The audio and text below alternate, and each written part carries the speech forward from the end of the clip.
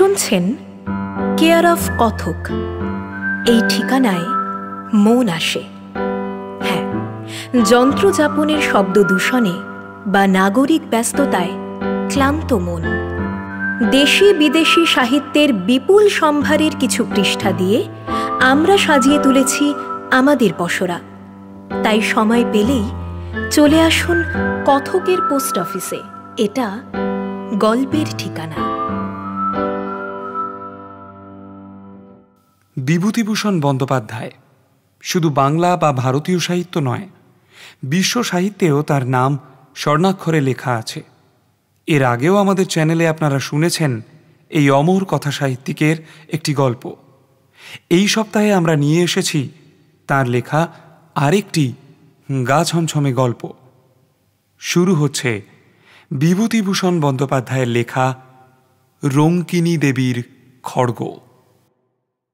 জীবনে অনেক জিনিস ঘটে যাহার কোনো যুক্তিসঙ্গত কারণ খুঁজিয়া পাওয়া যায় না, তাহাকে আমরা অতিপ্রাকৃত বলিয়া অভিহিত করি। জানি না, হয়তো খুঁজিতে জানিলে তাহাদের সহজ ও সম্পূর্ণ স্বাভাবিক কারণ বাহির করা যায়। মানুষের বিচার বুদ্ধি ও অভিজ্ঞতালব্ধ কারণগুলি ছাড়া অন্য কারণ হয়তো আমাদের থাকিতে পারে। ইহা লইয়া তর্ক উঠাইব না, শুধু এইটুকু বলিব, সেরূপ কারণ যদিও থাকে, আমাদের মতো সাধারণ মানুষের দ্বারা তাহা আবিষ্কার হওয়া সম্ভব নয় বলিয়াই তাহাদিগকে অতিপ্রাকৃত বলা হয়।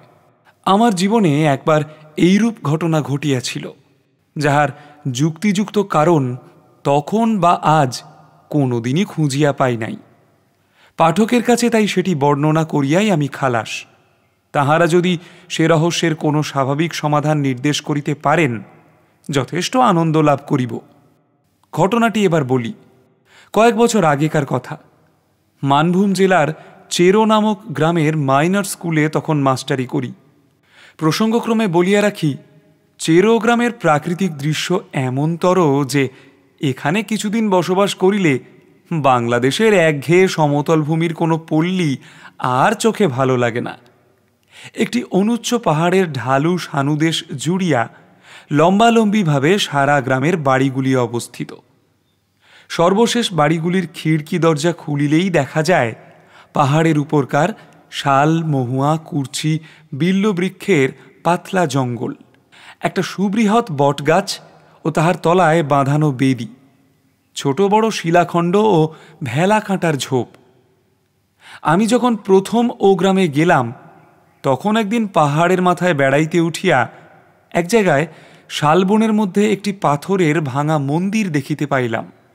সঙ্গে ছিল আমার দুটি উপরের ক্লাসের ছাত্র, তাহারা মানভূমের বাঙালি। একটা কথা, চেরো গ্রামের বেশিরভাগ অধিবাসী মাদ্রাজি, যদিও তাহারা বেশ বাংলা বলিতে পারে। অনেকে বাংলা আচার ব্যবহারও অবলম্বন করিয়াছে। কি করিয়া মানভূম জেলার মাঝখানে এতগুলি মাদ্রাজি অধিবাসী আসিয়া বসবাস করিল, তাহার ইতিহাস আমি বলিতে পারি না। মন্দিরটি কালো পাথরের এবং একটু অদ্ভুত গঠনের, অনেকটা যেন চাঁচড়া রাজবাড়ির দশমহাবিদ্যার মন্দিরের মতো ধরনটা। এ অঞ্চলে এরূপ গঠনের মন্দির আমার চোখে পড়ে নাই। তাছাড়া মন্দিরটি সম্পূর্ণ পরিত্যক্ত ও বিগ্রহ শূন্য। দক্ষিণের দেওয়ালের পাথরের চাঁই কিয়দংশ ধসিয়া পড়িয়াছে। দরজা নাই, শুধু আছে পাথরের চৌকাঠ। মন্দিরের মধ্যেও চারিপাশে বন তুলসীর ঘন জঙ্গল। সান্ধ্য আকাশের পটভূমিতে সেই পাথরের বিগ্রহহীন ভাঙা মন্দির আমার মনে কেমন এক অনুভূতির সঞ্চার করিল। আশ্চর্যের বিষয়, অনুভূতিটা ভয়ের। ভাঙা মন্দির দেখিয়া মনে ভয় কেন হইল, এ কথা তারপর বাড়ি ফিরিয়া অবাক হইয়া ভাবিয়াছি। তবুও অগ্রসর হইয়া যাইতেছিলাম মন্দিরটি ভালো করিয়া দেখিতে। একজন ছাত্র বাধা দিয়া বলিল, যাবেন না স্যার ওদিকে? কেন? জায়গাটা ভালো নয়, সাপের ভয় আছে সন্ধেবেলা। তাছাড়া লোকে বলে অনেক রকম ভয়ভীতি আছে, মানে অমঙ্গলের ভয়, কেউ ওদিকে যায় না। ওটা কি মন্দির? ওটা রঙ্কিনী দেবীর মন্দির স্যার, কিন্তু আমাদের গাঁয়ের বুড়ো লোকেরাও কোনোদিন ওখানে পুজো হতে দেখিনি। মূর্তিও নেই বহুকাল। ওই রকম জঙ্গল হয়ে পড়ে আছে আমাদের বাপ ঠাকুরদাদার আমলেরও আগে। চলুন স্যার, নামি। ছেলেটা যেন একটু বেশি তাড়াতাড়ি করিতে লাগিল নামিবার জন্য। রঙ্কিনী দেবী বা তাহার মন্দির সম্বন্ধে দু একজন বৃদ্ধ লোককে ইহার পর প্রশ্নও করিয়াছিলাম, কিন্তু আশ্চর্যের বিষয় লক্ষ্য করিয়াছি, তাহারা কথাটা এড়াইয়া যাইতে চায় যেন। আমার মনে হইয়াছে রঙ্কিনী দেবী সংক্রান্ত কথাবার্তা বলিতে তাহারা ভয় পায়। আমিও আর সে বিষয়ে কাহাকেও কিছু জিজ্ঞাসা করা ছাড়িয়া দিলাম। বছরখানেক কাটিয়া গেল। স্কুলে ছেলে কম, কাজকর্ম খুব হালকা। অবসর সময় এই গ্রামে ও গ্রামে বেড়াইয়া এ অঞ্চলে প্রাচীন পট, পুঁথি, ঘট ইত্যাদি সংগ্রহ করিতে লাগিলাম। এ বাতিক আমার অনেক দিন হইতেই আছে। নূতন জায়গায় আসিয়া বাতিকটা বাড়িয়া গেল। চেরো গ্রাম হইতে মাইল ৫-৬ দূরে জয়চণ্ডী পাহাড়। এখানে খাড়া উঁচু একটা অদ্ভুত ধরনের পাহাড়ের মাথায় জয়চণ্ডী ঠাকুরের মন্দির আছে। পৌষ মাসে বড় মেলা বসে। বিএনআর লাইনের একটা ছোট স্টেশনও আছে এখানে। এই পাহাড়ের কাছে একটা ক্ষুদ্র বস্তিতে কয়েক ঘর মানভূম প্রবাসী ওড়িয়া ব্রাহ্মণের বাস। ইহাদের মধ্যে চন্দ্রমোহন পাণ্ডা নামে একজন বৃদ্ধ ব্রাহ্মণের সঙ্গে আমার খুব আলাপ হইয়া গেল। তিনি বাঁকা বাঁকা মানভূমের বাংলায় আমার সঙ্গে অনেক রকম গল্প করিতেন। পটপুঁথি সংগ্রহের অবকাশে আমি জয়চণ্ডীতলা গ্রামে চন্দ্রমোহন পাণ্ডার নিকট বসিয়া তাহার মুখে এদেশের কথা শুনিতাম। চন্দ্রপাণ্ডা আবার স্থানীয় ডাকঘরের পোস্টমাস্টারও। এদেশে প্রচলিত কত রকম আজগুবি ধরনের সাপের, ভূতের, ডাকাতের ও বাঘের, বিশেষ করিয়া বাঘের, কারণ বাঘের উপদ্রব এখানে খুব বেশি, তেমন গল্প যে বৃদ্ধ চন্দ্রপাণ্ডার মুখে শুনিয়াছি, এবং এই সব গল্প শুনিবার লোভে কত আষাঢ়ের ঘন বর্ষার দিনে বৃদ্ধ পোস্টমাস্টারের বাড়িতে গিয়া যে হানা দিয়াছি তাহার হিসাব দিতে পারিব না। মানভূমের এইসব অরণ্য অঞ্চল সভ্য জগতের কেন্দ্র হইতে দূরে অবস্থিত। এখানকার জীবনযাত্রাও একটু স্বতন্ত্র ধরনের। যতই অদ্ভুত ধরনের গল্প হোক, জয়চণ্ডী পাহাড়ের ছায়ায় শালবন বেষ্টিত ক্ষুদ্র গ্রামে বসিয়া বৃদ্ধ চন্দ্রপাণ্ডার বাঁকা বাঁকা মানভূমের বাংলায় সেগুলি শুনিবার সময় মনে হইত, এ দেশে এরূপ ঘটিবে ইহার বিচিত্র কি? কলিকাতা তথা বালিগঞ্জের কথা তো ইহা নয়। কথায় কথায় চন্দ্রপাণ্ডা একদিন বলিলেন, চেরো পাহাড়ের রঙ্কিনী দেবীর মন্দির দেখেছেন? আমি একটু আশ্চর্য হইয়া বৃদ্ধের মুখের দিকে চাহিলাম। রঙ্কিনী দেবী সম্বন্ধে এ পর্যন্ত আমি আর কোনো কথা কাহারও মুখে শুনি নাই। সেদিন সন্ধ্যায় আমার ছাত্রটির নিকট যাহা সামান্য কিছু শুনিয়াছিলাম তাহা ছাড়া। বলিলাম, মন্দির দেখেছি, কিন্তু রঙ্কিনী দেবীর কথা জানবার জন্য যাকেই জিজ্ঞেস করেছি সেই চুপ করে গিয়েছে কিংবা অন্য কথা পেড়েছে। চন্দ্রপাণ্ডা বললেন, রঙ্কিনী দেবীর নামে সবাই ভয় পায়। কেন বলুন তো? মানভূম জেলায় আগে অসভ্য বুনো জাত বাস করত, তাদেরই দেবতা উনি। ইদানিং হিন্দুরা এসে যখন বাস করলে উনি হিন্দুদেরও ঠাকুর হয়ে গেলেন। তখন তাদের মধ্যে কেউ মন্দির করে দিলে। কিন্তু রঙ্কিনী দেবী হিন্দু দেবদেবীর মতো নয়, অসভ্য বন্য জাতির ঠাকুর। আগে ওই মন্দিরে নরবলি হতো।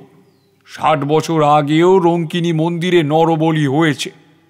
অনেকে বিশ্বাস করে রঙ্কিনী দেবী অসন্তুষ্ট হলে রক্ষা নেই, অপমৃত্যু আর অমঙ্গল আসবে তাহলে।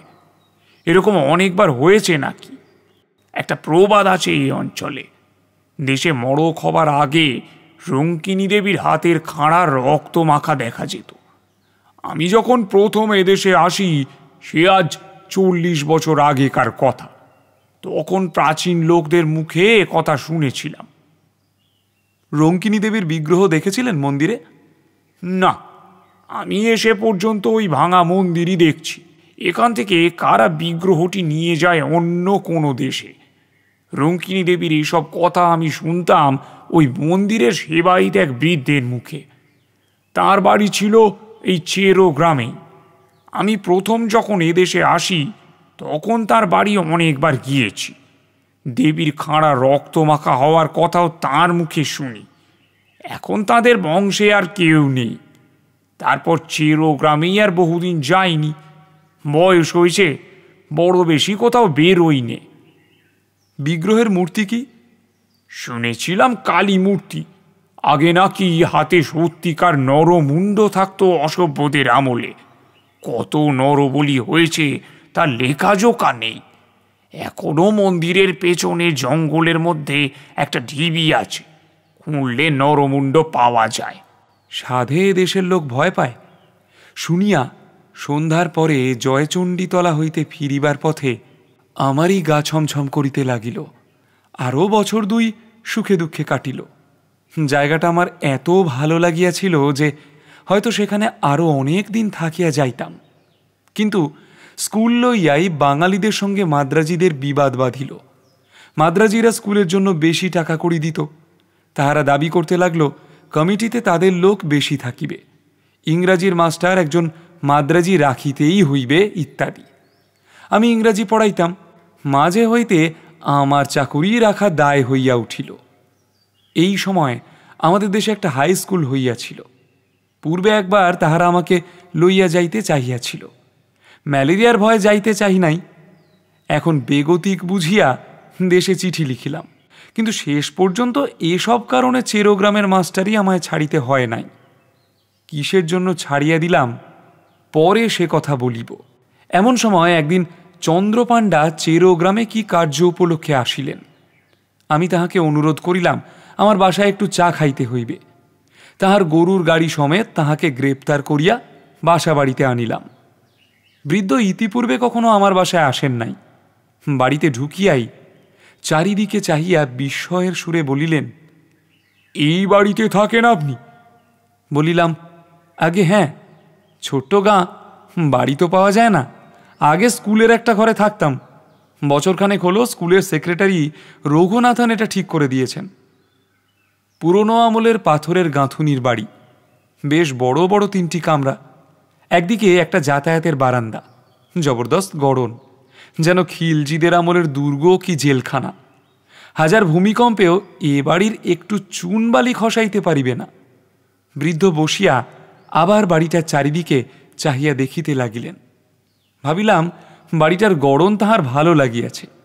বলিলাম, সেকালের গড়ন, খুব টনকো, আগা গোড়া পাথরের। চন্দ্রপাণ্ডা বললেন, না, সেজন্য নয়। আমি এই বাড়িতে প্রায় 30 বছর আগে যথেষ্ট যাতায়াত করতাম। এই বাড়ি হলো রঙ্কিনী দেবীর সেবায়েত বংশে। ওদের বংশে এখন আর কেউ নেই। আপনি যে এ বাড়িতে আছেন তা তো জানতাম না। তা বেশ বেশ, অনেক দিন পরে বাড়িতে ঢুকলাম কি না, তাই বড় অদ্ভুত লাগছে। তখন বয়স ছিল 30, এখন প্রায় 60। তারপর অন্যান্য কথা আসিয়া পড়িল। চা পান করিয়া বৃদ্ধ গরুর গাড়িতে গিয়া উঠিলেন। আরও বছরখানেক কাটিয়াছে।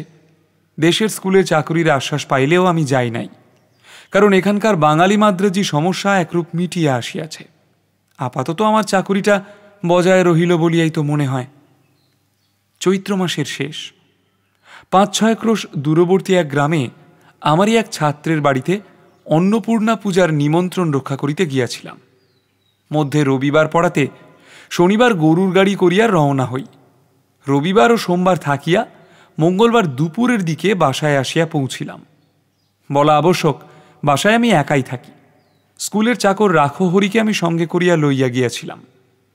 বাহিরের দরজার তালা খুলিয়াই রাখহরি বলিয়া উঠিল, এ কিসের রক্ত দেখুন। প্রায় চমকিয়া উঠিলাম।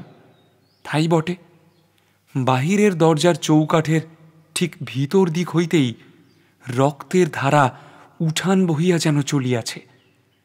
একটানা নয়, ফোঁটা ফোঁটা রক্তের একটা একটা অবিচ্ছিন্ন সারি, একেবারে টাটকা রক্ত। এইমাত্র সদ্য কাহারো মুন্ড কাটিয়া লইয়া যাওয়া হইয়াছে। আমি তো অবাক, কিসের রক্তের ধারায় কোথা হইতে বা আসিল? আজ 2 দিন তো বাসা বন্ধ ছিল। বাড়ির ভিতরের উঠানের রক্তের দাগ আসে কোথা হইতে? তার উপর সদ্য তাজা রক্ত। অবশ্য কুকুর, বিড়াল ও ইঁদুরের কথা মনে পড়িল। এক্ষেত্রে পড়াই স্বাভাবিক। চাকরকে বলিলাম, দেখ তোরে, রক্তটা কোন দিকে যাচ্ছে। সেই হুলো বেড়ালটার কাজ। রক্তের ধারা গিয়াছে দেখা গেল সিঁড়ির নিচে চোর কুঠুরির দিকে। ছোট্ট ঘর, ভীষণ অন্ধকার, এবং যত রাজ্যের ভাঙাচোরা পুরনো মালে ভর্তি বলিয়া আমি কোনোদিন চোর কুঠুরি খুলি নাই। চোর কুঠুরির দরজা পার হইয়া বন্ধ ঘরের মধ্যে ধারাটার গতি দেখিয়া ব্যাপার কিছু বুঝিতে পারিলাম না। কতকাল ধরিয়া ঘরটা তালা বন্ধ। যদি বিড়ালের ব্যাপারই হয়, বিড়াল ঢুকিতেও তো ছিদ্র পথ দরকার হয়।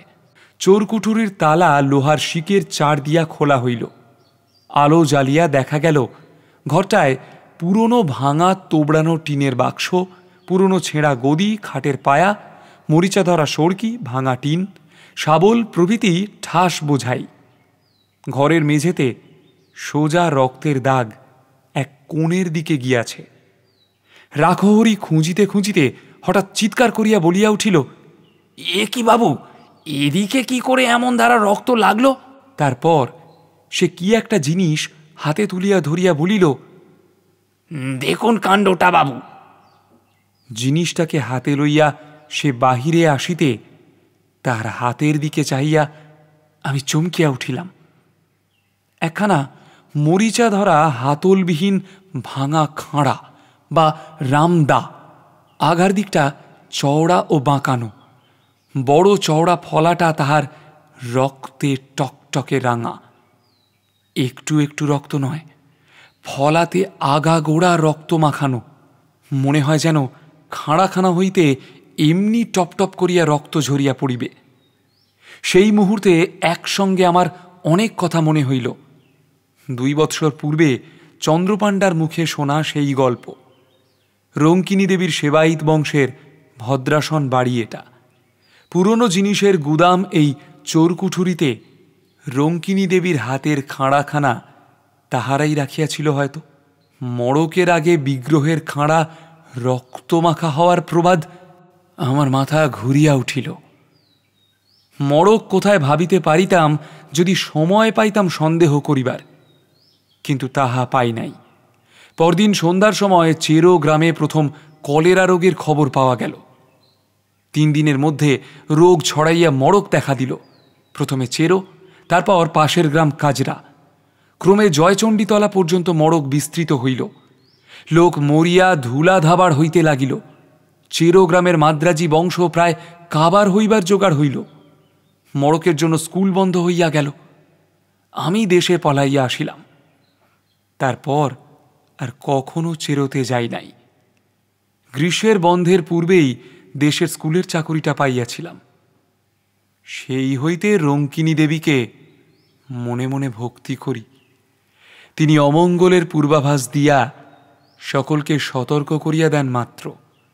মূর্খ জনসাধারণ তাহাকেই অমঙ্গলের কারণ ভাবিয়া ভুল বোঝে।